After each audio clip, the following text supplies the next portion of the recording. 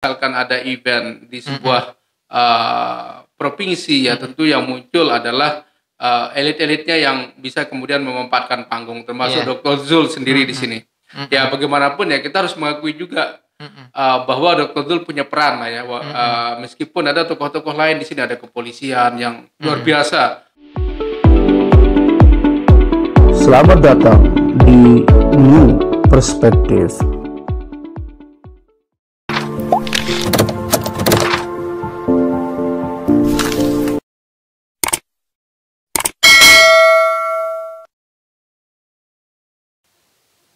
Ya, kembali lagi di New Perspective. Assalamualaikum warahmatullahi wabarakatuh. Bersama saya Ahmad Yani dan analis politik kita Pak Dr. Saiful Hamdi. Pada sore hari ini saya dan Pak Dr. Saiful Hamdi akan berdiskusi terkait dengan kesuksesan penyelenggaraan USBK di Mandalika Circuit. Kita seperti yang kita tahu bersama bahwa penyelenggaraan USBK berhasil dengan cukup sukses lah begitu. Bahkan diklaim bahwa yang menyaksikan kegiatan tersebut hampir 1,6 miliar warga seluruh dunia, dan itu semua tertuju ke NTB, khususnya ke Lombok Tengah. Dan saya dan Pak Dr. Saiful Hamdi akan coba berdiskusi dari sisi yang berbeda begitu, akan mencoba menelisik kira-kira dari kesuksesan penyelenggaraan USBK ini seperti apa dampaknya terhadap elektabilitas atau popularitas daripada Gubernur NTB Dr. Zulkifli Mansah. Karena bagaimanapun bahwa penyelenggaraan USBK ini juga tidak terlepas dari peran Gubernur Dr. Zul sebagai penguasa wilayah di NTB, tanpa kita menafikan peran-peran daripada pemerintah Kabupaten Lombok Tengah dan yang lainnya. Tetapi hampir memang pemberitaan terkait dengan USBK ini kan memang sangat intens dirilis oleh Gubernur Dr. Zul sendiri begitu. Bahkan di akun-akun resmi media sosialnya pun selalu berbicara terkait dengan USBK, sampai sempat juga viral terkait dengan ketika peresmian ketika dimulainya USBK itu panggung hanya milik Dr. Zul, ya, sehingga muncul kegalauan di Lombok Tengah bahwa ternyata panggung tidak diberikan untuk Bupati Lombok Tengah Lalu Fathul Bahri, meski memang pada akhirnya kan ada klarifikasi dari Dr. Zul sendiri maupun dari Bupati Lombok Tengah sendiri. Dan ini yang akan coba kita diskusikan dengan Pak Dr. Saiful Hamdi.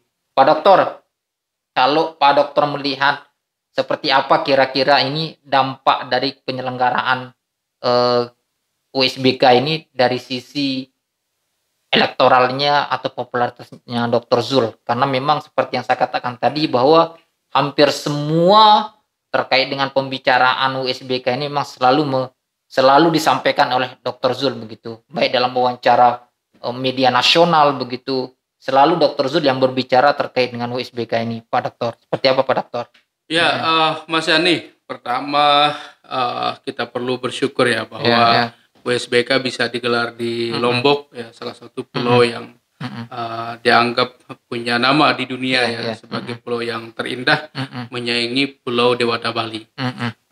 Yang kedua, Mas Yani, yang perlu kita ucapkan terima kasih mungkin kepada Pak Jokowi ya. Jadi Pak Jokowi ini bisa membuat yang kemungkinan ya kita anggap mustahil lah, Indonesia ya sebagai negara yang berkembang, negara yang katakanlah masih kalah bersaing dengan Malaysia ataupun negara Singapura misalkan ya, ataupun Thailand yang sudah punya sirkuit terlebih dahulu, mampu mengadakan salah satu event internasional yang digandrungi oleh anak-anak milenial dan ya hampir sebagian dari penduduk bumi ini ya. Kalau 1,6 berarti ya hampir setengah lah. Ya mungkin 2/3 lah ya dari penduduk kita yang kemudian menyaksikan arena balap motor yang sangat bergengsi ini, Mas Yani. Jadi kita patut syukuri Pak Jokowi punya kredit di sini. Seandainya beliau nyalon 3 periode itu ya bisa dijual lah gitu ya. Cuman sayang nggak beliau terbentur oleh undang-undang. Ini saya kira kenapa kemudian Jokomania sangat menginginkan Jokowi 3 periode. Tapi sayang udahlah, kita butuh pemimpin yang lain. Nah, kemudian terkait dengan Dr. Zul, Mas Yani, saya kira ya tidak bisa kita nafikan ya. Ketika misalkan ada event di sebuah provinsi ya, tentu yang muncul adalah elit-elitnya yang bisa kemudian memanfaatkan panggung, termasuk Dr. Zul sendiri di sini. Ya bagaimanapun ya kita harus mengakui juga bahwa Dr. Zul punya peran lah ya. Meskipun ada tokoh-tokoh lain di sini, ada kepolisian yang luar biasa upaya mereka untuk mengamankan. Belum lagi kita bicara pihak ITDC sendiri ya yang berkoordinasi dengan Dorna dan lain-lain. Saya kira ini kelompok agen-agen yang tidak bisa kita nafikan, Mas Yani. Tetapi secara politik, maka ini kemudian panggung milik Dr. Zul begitu. Ini yang saya lihat. Kena begini, Mas Yani. Saya berpikir bahwa kita memang butuh pemimpin yang punya networking internasional. Saya nggak ngebayangkan NTB ini kita sudah begitu maju ya. Tiba-tiba kemudian nanti kita punya gubernur yang tidak bisa berbahasa Inggris. Ini saya kira sangat berbahaya NTB nanti bisa-bisa kita balik lagi begitu, balik arah ya. Artinya bahwa kita harapkan ya tentu juga banyak tokoh-tokoh calon-calon kita yang punya kapasitas seperti itu. Tetapi kita harapkanlah bahwa di sinilah letak nilai plus ya. Saya bukan pendukung Zul Rohmi pada waktu itu ya. Tetapi ya kita harus mengakui begitu bahwa Dr. Zul punya peran di sini sebagai orang yang bisa melobi, punya networking ya. Cuman Mas Yani, apakah ini bisa meningkatkan elektabilitas beliau? Saya yakin ya mungkin ya kita harus mengakui ada lah pasti ya sebagai tokoh nomor 1 di NTB memanfaatkan panggung-panggung politik yang ada. Saya kira ini bisa meningkatkan elektoral beliau ya. Karena bagaimanapun banyak juga resistensi masyarakat lokal sekarang ini terhadap kepemimpinan Dr. Zul yang dinilai mungkin lebih cenderung mengedepankan Pulau Sumbawa begitu kan. Tapi ini suara-suara yang kita dengar lah dari bawah yang mencoba kemudian ingin orang Sasak tampil menjadi nomor 1. Tetapi kan pertanyaannya Mas Yani, di era demokrasi ini nggak bisa kita terlalu eksklusif bicara etnisitas. Ini yang bisa saya katakan ya. Bahwa kalau kita sudah bicara identitas, kita ingin dari pulau kita, ini kadang-kadang miris saya melihat begitu. Ya mudah-mudahan lah ke depan seandainya misalkan kita ganti gubernur, ya gubernur kita ya tidak jauh beda lah kalau bisa punya selevel dengan Dr. Zul. Ini yang ingin saya katakan Mas Yani. Untuk lobby ya, kalau pembenahan masyarakat ya banyak juga orang mempertanyakan ini apa yang sudah dilakukan Zul Rohmi selama hampir 4 tahun terakhir ini. Hampir 2 tahun setengah lah ya pemerintahan mereka, apa yang sudah mereka lakukan. Tentu Mas Yani ini juga ya mungkin masyarakat kenapa bertanya begitu. Ya mungkin mereka tidak melihat ada pembangunan besar ya, inovasi besar terutama di pusat kota di Lombok sendiri yang kelihatan begitu ya. Selain ada beasiswa tadi itu yang pernah saya singgung ya, ini menjadi salah satu nilai jual Dr. Zul pada kepemimpinannya di era sekarang. Cuman kalau bicara pembangunan ini masih tanda tanya ya, banyak orang mempertanyakan. Ya tapi kita fair aja lah. Ini kan musim Covid ini apa yang mau dibangun juga. Dana semua kemudian diarahkan ke pusat ya. Bahkan pemerintah kita mau ngutang saya dengar kan. Hanya untuk rumah sakit. Tapi saya nggak tahu kenapa harus berhutang begitu. Covid sudah mulai melandai. Kemudian yang sakit juga. Sebenarnya kan edukasi hidup sehat itu yang penting dilakukan oleh pemerintah. Iya Mas Andi, saya kira itu. Ya, ketika kita bicara kesuksesan USBK ini kan kita bicara pembangunan Mandalika Circuit ini kan juga ini lebih kepada ini proyek pusat gitu. Meski memang dalam perkembangannya bahwa kita tidak bisa nafikan bahwa pemerintah daerah juga sangat besar perannya dalam proses pembangunan hingga pelaksanaan USBK ini gitu. Nah, kalau di tengah kondisi kayak gini kan sempat juga ketika muncul seperti yang Pak Dokter katakan tadi bahwa ada juga muncul isu-isu primodalisme lah, artinya di masyarakat kita terutama di Lombok yang menghendaki adanya gubernur dari Lombok sendiri untuk di 2024. Nah, dengan kesuksesan penyelenggaraan USBK dan dampaknya bagi kita di Lombok, apakah kira-kira itu akan bisa meredam nggak isu-isu primodalisme itu, bahwa ternyata juga Dr. Zul punya kepedulian besar loh terhadap masyarakat Lombok begitu, Bang? Ya, artinya bahwa itu tugas beliau lah. Beliau kan jadi gubernur ya, bukan gubernur Sumbawa kan, tapi gubernur NTB ya. Jadi sekali lagi saya katakan beliau menjadi gubernur Nusa Tenggara Barat ya. Semua kabupaten beliau pimpin di sini. Di sinilah kemudian pemimpin itu diuji, Mas Ani.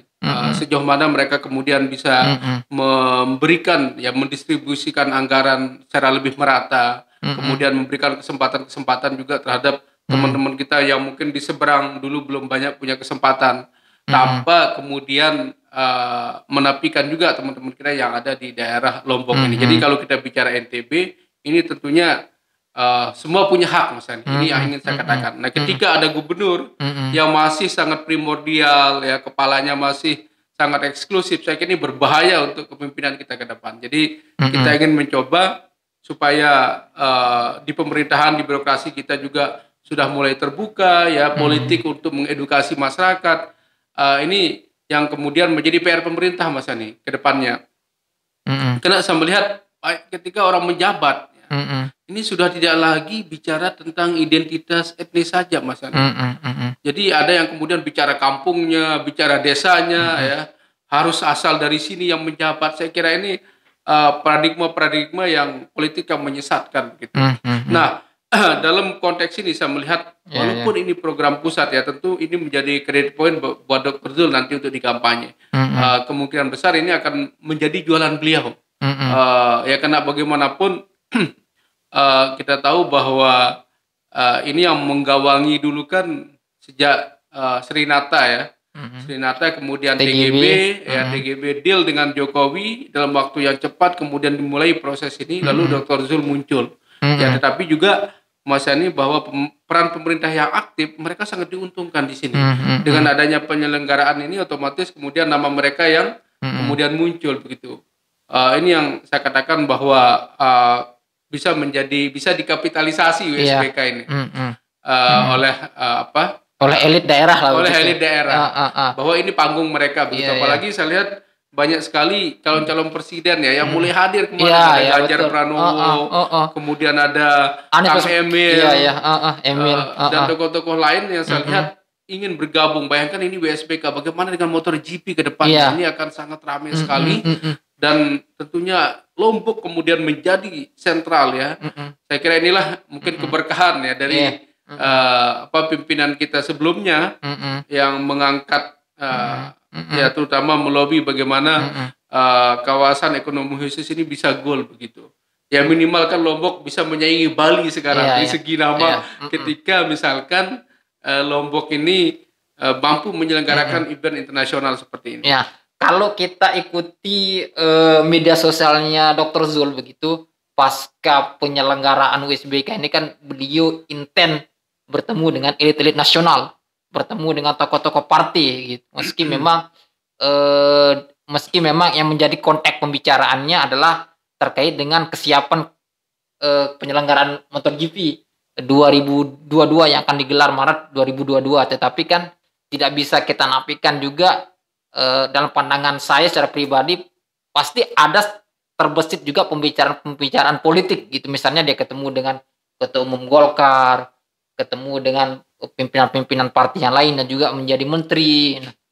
Nah, kira-kira kalau pandangan Pak Dokter ini apakah akan semakin membuka peluang lebih besar enggak Dr. Zul untuk maju di Pilkada DKI Jakarta gitu, Bang? Saya kira bukan di DKI kali ya, di Lombok. Ya, jadi kayaknya Dr. Zul mau maju di NTB. Kita tahu beliau udah mendeklarasikan Durahmi Jilid 2 ya. Ini yang saya lihat di beberapa media. Nah, sementara kan PR beliau ya mungkin mendekati elit-elit partai supaya dapat dukungan partai Iya. politik. Ya, saya kira ini yang beliau lakukan Mas Yani. Iya. Cuman lagi-lagi ya beliau sangat diuntungkan lah dengan WSBK ini. Ketika beliau mampu mengkapitalisasi ini menjadi jualan politik yang seksi menurut saya Mas Yani. Sangat seksi. Walaupun ya kalau orang berbicara lebih cerdas melihat ya ini kan usaha bersama lah. Mungkin Jokowi yang perlu kemudian kita kasih kredit poin yang bisa membangun ya, menjadikan daerah Mandalika sebagai kawasan ekonomi khusus dengan melobi investor asing bekerja membangun proyek di sana. Tapi ya tidak menutup kemungkinan Mas Andi bahwa ini akan menjadi jualan ya di pilkada nanti ya. Saya sih melihat ada pengaruhnya ya, untuk tingkat elektabilitas beliau, tetapi sejauh mana ini perlu kita uji lagi. Iya. Uji Karena lewat banyak hasil juga survei. orang nggak peduli Mas Andi dengan WSBK ini apa yang saya dapat gitu kan. Ini kita udah lihat baliho Sumbawa dapat apa gitu kan. Emang ini bisnis kita ini kan bisnis internasional ya. Kita sendiri apa dapat kita putra daerah misalkan ya tetapi kita harus bangga Mas Andi. Ini adalah bagaimana kemudian daerah kita ini dikenal. Tidak semua kemudian pulau-pulau yang yang harus semua ada. Ini kan karena Lombok Tengah punya pantai yang bagus, kemudian landscape yang cocok untuk sirkuit. Bali apa kurangnya? Tapi mungkin mereka sudah nggak ada lahan. Nah di sini saya melihat bahwa tidak perlu cemburu lah. Ada pulau lain kemudian mengatakan dapat apa ini kayak orang kayak orang yang nggak paham peta peta industri begitu kan. Ya Lombok punya apa ya, punya pariwisata ya, wajar lah kemudian kenapa kemudian Lombok ini dijadikan sebagai ekonomi khusus. Tapi menarik itu Bang, yang kemarin kan 1 minggu kemarin sempat viral terkait dengan spanduk WSBK motor GP Pulau Sumbawa dapat apa. Nah seperti apa Abang melihat bunyi spanduk itu begitu Bang? Apakah ini menunjukkan ada rasa sentilan sedikit lah kepada Dr. Zul yang berasal dari Pulau Sumbawa? Bagaimana kepeduliannya dengan Pulau Sumbawa begitu? Jangan hanya fokus ke Lombok, atau seperti apa Abang melihatnya gitu Bang? Ini kan bukan proyeknya Bang Zul, ini kan proyeknya pusat ini yang sudah lama digarap. Saya kira nggak perlulah kemudian membawa nama-nama pulau dapat apa. Semua kita dapat diuntungkan lah di sini. Bayangkan Mas Yani, sekian 2 tahun ya pandemi ini berjalan, banyak hotel-hotel mati, pariwisata kita seperti mati suri, kemudian sopir-sopir Grab nggak bisa dapat penumpang. Ini dengan adanya WSBK ya, jadi semua hidup kembali begitu. Jadi ini saya kira sentimen kedaerahan ini terlalu sempit lah untuk melihat bagaimana kemudian kita dapat apa. Atau bisa juga ini kemudian ingin mendorong Dr. Zul untuk memikirkan Sumbawa kemudian potensinya apa, misalkan balapan kuda, atau saya dengar beliau ingin mewacanakan motocross, tapi ini kan prosesnya panjang Mas Andi. Ya setidaknya kemudian ini kan bukan gawean daerah, uang kita kan kecil mau membangun sirkuit seperti itu. Ini kan butuh dana besar, butuh investor asing yang kemudian menanamkan modal yang tidak sedikit. Jadi saya kira salah arah lah kemudian Sumbawa dapat apa di sini. Ini seperti lelucon aja saya lihat. Artinya ini kan proyek pusat begitu ya, kemudian ingin membangun NTB, membangun pulau yang ada di daerah timur ini supaya geliat ekonominya lebih baik. Tapi kalau kita bicara Sumbawa juga kan ada proyek pusat juga di Pulau Sumbawa itu yang cukup cukup besar lah, Samuta, yaitu Samuta itu Sambawa, Tambora, dan apa mungkin satu lupa saya. Nah ini kan kita tahu selama Dr. Zul hampir 3,5 tahun ini kan, kalau pandangan saya kan belum terlalu ada progres perkembangan signifikan. Padahal Samuta itu kan sudah ditetapkan sejak Presiden SBY, tapi sampai sekarang belum ada perkembangan yang cukup signifikan terkait pengembangan kawasan itu, kendati memang yang menjabat saat ini adalah orang Pulau Sumbawa, Dr. Zul gitu. Nah seperti apa Abang melihatnya begitu Bang? Apakah ini juga salah satu yang memicu munculnya spanduk-spanduk itu, atau memang ada settingan-settingan lain daripada elit-elit politik kita begitu Bang? Ya mungkin saya sih menafsirkan ya bisa dua-duanya Mas. Bisa juga ada settingan politik bahwa Dr. Zul juga walaupun beliau dari Sumbawa memperhatikan NTB, Ya, perhatikan Pulau Lombok. kira-kira gitu ya. Ya. Bahwa beliau juga peduli dengan masyarakat Lombok yang selama ini kita tahu bahwa ada suara-suara yang sumir lah melihat peran beliau di Lombok sendiri. Cuman Mas Yani saya kira itu menarik ya ketika ada program Samota tadi. Ini PR pemerintah lah, PR-nya Bang Zul kemudian bisa membaca potensi-potensi apa yang bisa dimanfaatkan ya. Cuman kan Mas Yani tidak gampang membuat basic ya, membuat basic blueprint komunitas yang ada begitu. Karena Lombok ini kita tahu di sebelah timur itu ada Pantai Pink, kemudian ada Pantai Surga juga. Ini banyak yang belum digarap Mas Yani. Nah, saya kira di Lombok Tengah sendiri sudah ada Kuta di sana sebagai basisnya lah ya. Kenapa kemudian itu menarik investor asing melihat menanamkan uangnya di sana. Kalau misalkan Sumbawa ini apa langkah-langkah pemerintah, saya kira ini sangat berat Mas Yani, karena harus ada kemudian orang asing yang harus di sana sebagai daerah turisme. Ya. Ini saya kira yang perlu bacaan-bacaan yang lebih lah dari gubernur kita nanti. Oke. Ya, pemirsa, demikian diskusi kita dengan Pak Dr. Saiful Hamdi. Sampai jumpa di News Perspektif dengan isu dan tema yang berbeda. Assalamualaikum warahmatullahi wabarakatuh.